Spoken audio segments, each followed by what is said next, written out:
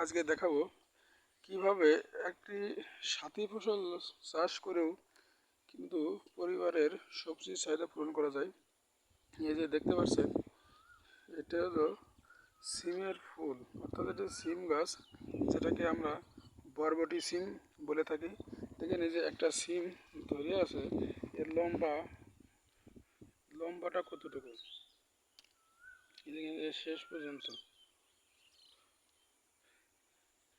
অর্থাৎ এই যে সিম, এই একটি গাছ কি পরিমাণে ফুল এবং ফল ফল বড় ছোট সব রকমের ফল আছে। এই জমিটা তো মূলত ছিল লাউ এবং চাল কুমড়ো। এই যে এটা দেখা যাচ্ছে, এই এটা হচ্ছে লাউ এর গাছ। এই লাউ এর ফুল আসছে এবং আর একই পাশেই চাল কুমড়োর গাছ।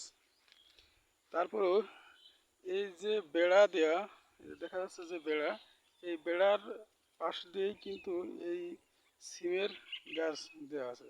তাহলে একই জায়গায় তিনটি ফসল।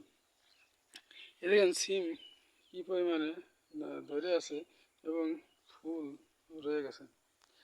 তা আমরা সাধারণত এই বসত বাড়ির পাশে যে পতিত জমিটা পড়ে থাকে, সেই জায়গাটা কিন্তু ব্যবহার করে আমরা পর্যাপ্ত পরিমাণে সবজি উৎপাদন করতে পারি এবং যেটা পরিবারের চাহিদা পূরণ করা সম্ভব হয় এবং অবশিষ্ট বাজারে বিক্রি করেও আমরা আর্থিকভাবে স্বাবলম্বী হতে পারি।